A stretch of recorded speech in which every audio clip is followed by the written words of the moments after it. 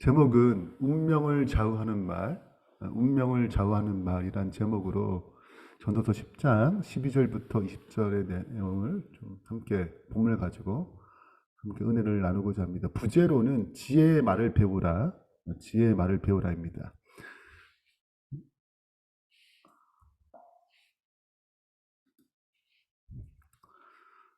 혹시 일본어의 고토다마 이런 말을 아시나요? 들어본 적이 있으신가요? 이게 뭐 저도 우연찮게 들은 말인데 일본에서 일반적으로 쓰는 언어인데 이 말은 사람의 말에 담겨 있는 영적인 힘이 있다. 사람의 말에 힘이 있다. 어떤 무엇인가 움직이는 힘이 있다. 언영이라고 그러더라고요. 우리나라 말도 이런 비슷한 말이 있는데 그게 말이 시가 된다. 이런 말이 있죠. 그 말이 그대로 이루어지는 힘이 있다. 성취하는 힘이 있다. 이런 뜻을 가지고 있습니다. 말에는 5가지 기능이 있는데 첫 번째가 내용을 전달하는 기능, 그리고 감정과 태도를 나타내는 정서적 기능, 그리고 어떤 행동을 하게 만들고 어떤 태도를 취하게 만드는 명령적 기능, 그리고 사회적 관계를 원활하게 만드는 그런 친교적 기능. 마지막으로 오늘 얘기한 것처럼 말하는 대로 되어지는 성취적 기능이 있다고 그래요. 성경에도 이와 비슷한 성경 구절이 있습니다.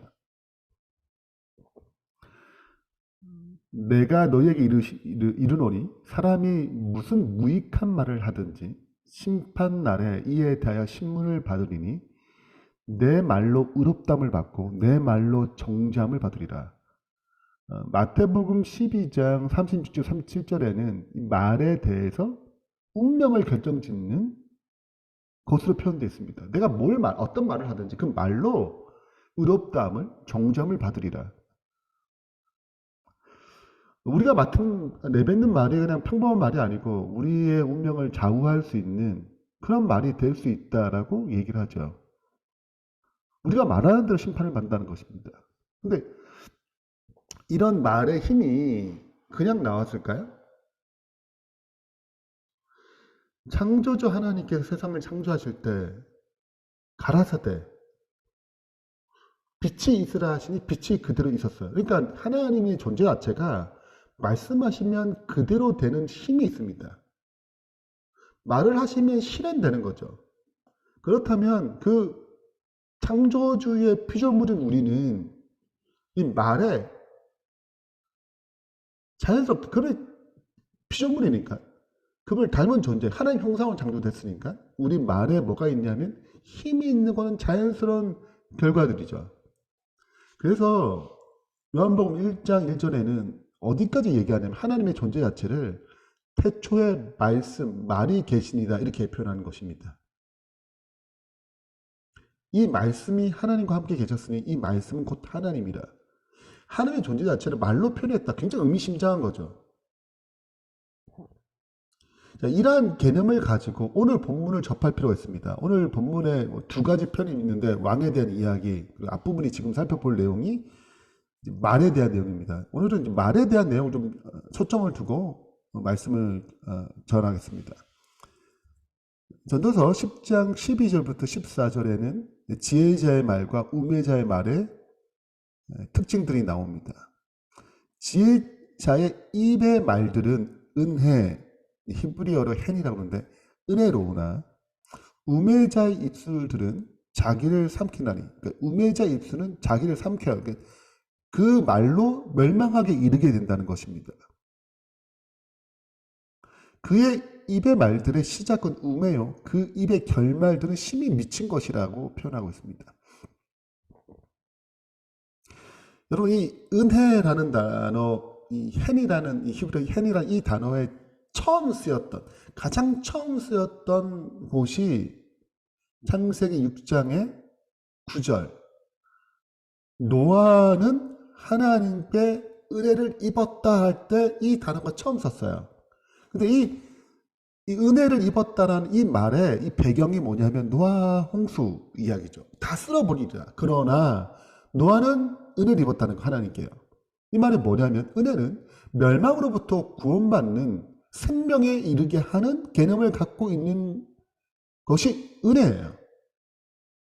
그러니까 은혜와 지금 지혜자의 입에서 나오는 은혜란 단어와 지금 우매자가 말하는 입술에 자기를 삼킨다. 그 멸망의 언어와 대조적인 언어죠. 반대적 언어입니다. 은혜는 생명에 관련된 구원에 이르게 하는 그런 생명을 번성케 하는 이런 언어고 우매자 입술에 그 삼킨다는 것은 멸망에 이르게 하는 언어죠.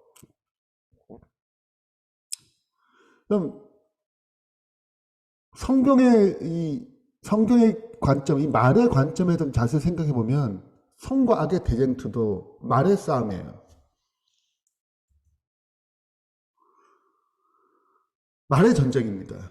그럼 하나님이 세상을 창조할 때 말씀으로 창조했지만 사탄이 세상을 유혹할 때 말로 했어요. 하나님이 아담과 하와에게 이걸 먹으면 정령 죽으리라. 그건 지혜의 말이에요. 아담과 하와 살리는 말이죠.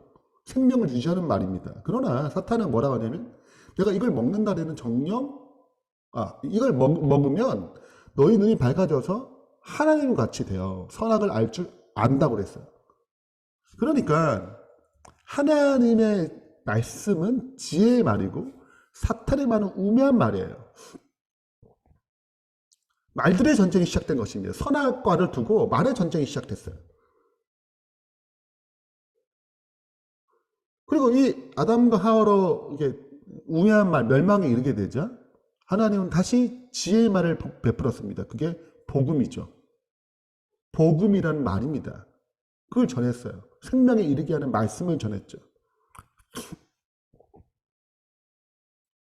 그래서 하나님에 나오는 이 생명에 이르는 말을 지혜, 그 표현을 지혜의 말이죠. 고린도전서 1장에는 이 부분보다 자세히 기록되어 있습니다. 1장 19절부터 24절에 보면 기록된 바 내가 지혜 있는 자들의 지혜를 멸하고 자, 이 지혜와 지금 전도서 7장부터 등장하는 지혜는 저로 다른 지혜입니다. 자, 내가 지혜 있는 자의 지혜를 멸하고 총명한 자들의 총명을 폐하리라 하셨으니 지혜 있는 자가 어디 있느냐? 선비가 어디 있느냐? 이 세대의 변론가가 어디 있느냐? 하나님께서 이 세상 지혜를 미련하게 하신 것이 아니냐. 자, 이 세상 지혜가 있어요. 우리가 지난번에 거시적 지혜와 미시적 지혜에 대해 살펴봤습니다. 우리가 살아가는데 여러 가지 지혜들이 필요해요. 어떻게 성공하는지, 어떻게 공부 잘하느냐. 이게 다 지혜의 산물들이죠. 어떻게 성공하느냐. 어떻게 이런 것들 성취할 수 있는, 조직을 어떻게 갖춰야 되느냐. 이 시대에 뭐 어떻게 접근해야 되느냐. 이런 건 세상의 지혜입니다. 잘 먹고 잘 살기 위해서 하는 방향들이죠. 성공하기 위해서. 근데 이러한 지혜와 지금 이런 지혜를 하나님께 다 뭐 하신다고 그랬냐면 폐한다고 그랬습니다. 그리고 얘기하시는 거예요. 21절에 하나님의 지혜에 있어서는 이 세상이 자기 지혜로 하나님을 알지 못함으로 하나님께서 전도에 미련한 것으로 믿는 자들에게 구원하시기를 기뻐하셨다. 오직 부르심을 받은 자에게는 유대인이나 헬렌이나 그리스도는 하나님의 지혜의 능력이요 하나님의 지혜니라.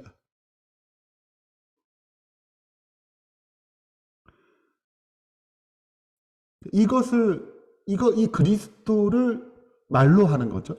그분을 우리의 구주라고 말로 표현할 때 그 지혜의 말이 되는 것입니다.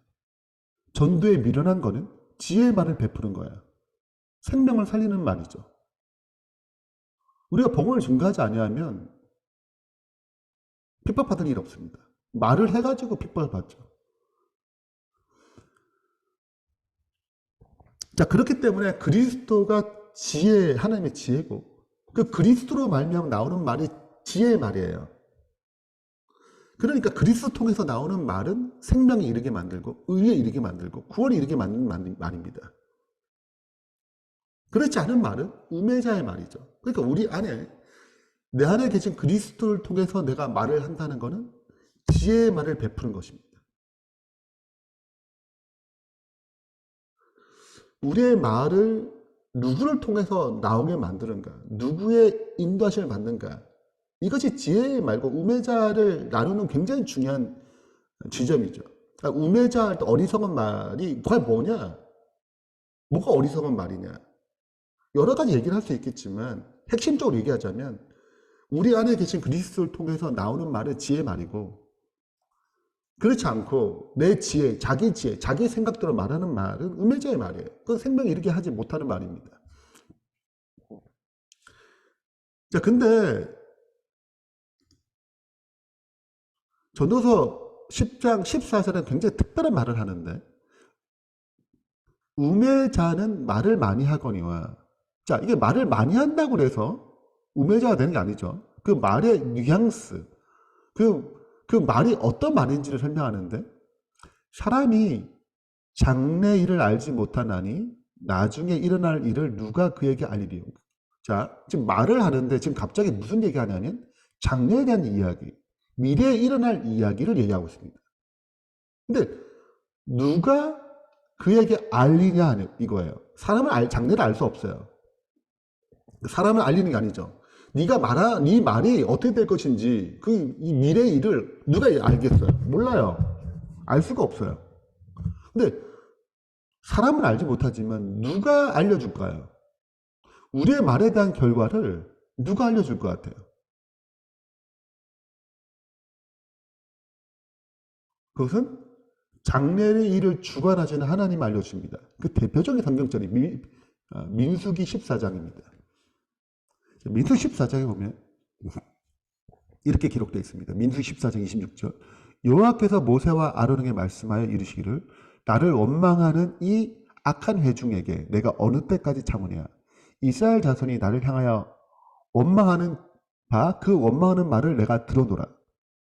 자, 이 배경은 다 아시다시피 가나안 땅을 정복하기 위해서 12명의 정탐꾼을 보내고 10명의 정탐꾼의 이야기와 2명의 정탐꾼의 이야기를 듣고 이스라엘 백성이 10명의 정탐꾼을 얘기를 들은 다음에 원망하고 불평하는 거예요. 우리를 죽게 하기 가나안 땅에까지 보냈냐, 뭐하냐, 하나님 뭐냐 하면서 원망과 불평을 막 쏟아내는 여호수아 갈렙은 그래도 우리의 밥이다 라고 얘기했잖아요. 우리가 그 땅을 취할 수 있다 라고 얘기했지만 모든 백성이 10명의 말, 그 땅은 점령할 수 없고 좋은 땅이지만 우리는 불가능하다. 다시 애굽으로 돌아가자. 이런 말을 들었어요. 이스라엘 백성 전체가 불평 원망이 퍼졌습니다. 그때 28절 얘기하는 거예요. 그들에게 이르기를 여호와의 말씀에 내 삶을 두고 맹세하노라. 하나님은 또 높은 분이 없기 때문에 보통 높은 분을 위해서 맹세하잖아요. 또 높은 분이 없어요. 그래서 하나님 맹세는 언제 자기 삶을 얘기하고 말씀하십니다. 자신을 걸고 하죠. 높은 분이 없으니까. 내 말이 내 귀에 들린 대로 너희 말이 내 귀에 들리는 대로 내가 너에게 행하리니 너희 시체가 이 광야에 엎드러질 것이라. 너희 중에 20세 이상으로 계수된 자 곧 나를 원망하는 자 전부가 여분의 아들 갈렙과 너의 눈의 아들 여호사 외에는 내가 맹세하여 너희에게 살게 하리라 한 땅에 결단코 들어가지 못하리라. 여기 음해자의 말과 지혜자의 말이 나옵니다. 운명을 갈라놨어요. 자기 말로 삼김자가 된 존재가 10명의 정탐꾼이에요. 그리고 이스라엘 백성이었습니다. 근데 그들의 말을 그 원망 불평하는 그 말의 실을 그 말을 이루시는 분이 누구세요? 하나님이세요. 하나님이 알게 해준 것입니다. 여러분 성령님께서 우리 마음에 역사하세요. 우리의 생각과 감정과 양심을 움직이십니다. 터치하세요. 그래서 내가 하는 말이 어떤 결과를 가져올지 안 믿는 사람들 그냥 두는 게 아니에요. 성령님께서 그 마음에 다 역사하십니다. 양심을 깨우려고 역사하세요. 너희가 하는 행동과 그 말이 그 생각들이 결국 어떻게 될 것인지 알려주십니다. 하나님이 인간은 모르죠. 우리의 말이 어떻게 될 것인지 우리는 알 수가 없어요. 우리는 장래일을 알 수 있는 존재가 아니기 때문에 하나님이 알려주시는 것입니다. 그런 의미에서 우리의 말이 얼마나 중요한지 다시 생각을 볼 필요가 있는 것이죠. 말이 씨가 된다는 것처럼 말에 힘이 있다는 것처럼 내가 말한 대로 심판받으리라는 것처럼 여호수아 갈렙의 표현처럼 그 지혜의 말, 믿음의 말이죠.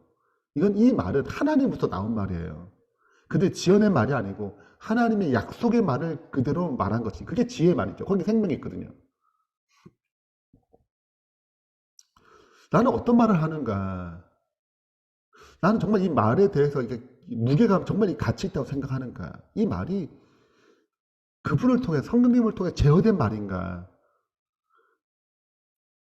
생각할 필요가 있다는 것입니다. 왜냐하면 이 말은 그냥 어떻게 될지 몰라. 이 말은 그냥 그렇게 된 게 아니라 이 말을 그 말대로 역사하신 분이 계시는 거예요.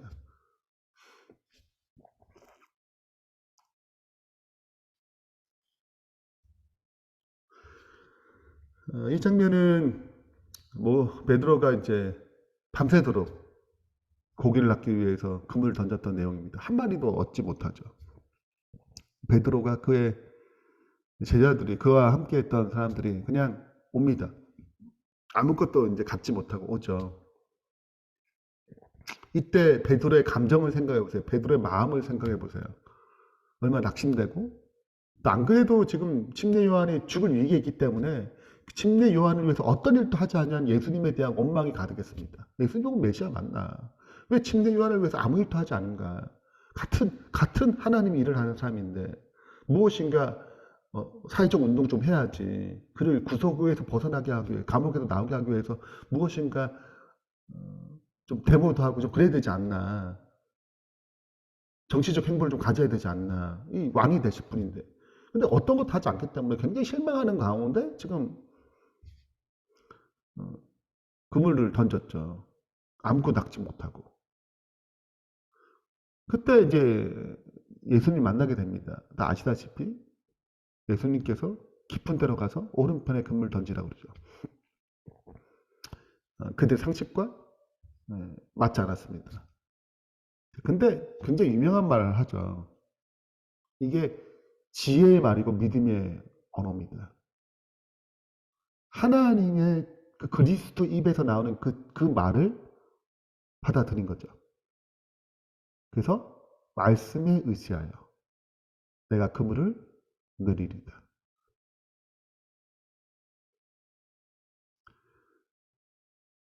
자신의 형편을 보지 않고 그분의 말씀을 받아들인 거죠. 우리가 살다 보면 우리 말이 내 형편과 상황에 대해서 말할 때 참 많습니다. 근데 진짜 그리스도께서 내게 주신 진짜 말, 그게 진짜 말이에요. 그게 지혜의 말이고 나를 구원하는 말이고 나를 살리는 말이죠. 그 말을 고백할 수 있는가?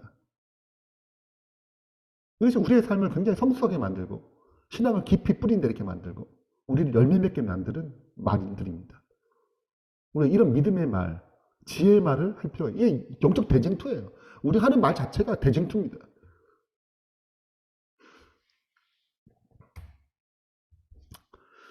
빛 가운데 행하는 자, 그 의무를 그분의 말씀에 따라서 행하기를 성실하고 충성된 자는 결코 불평하거나 남의 흠을 찾지 아니한다. 그러니까 어떤 이야기 상황을 볼 때 무엇인가 흠을 찾기 위해서 그걸 낮추기 위해서 어떤 비판하는 것이 아니죠.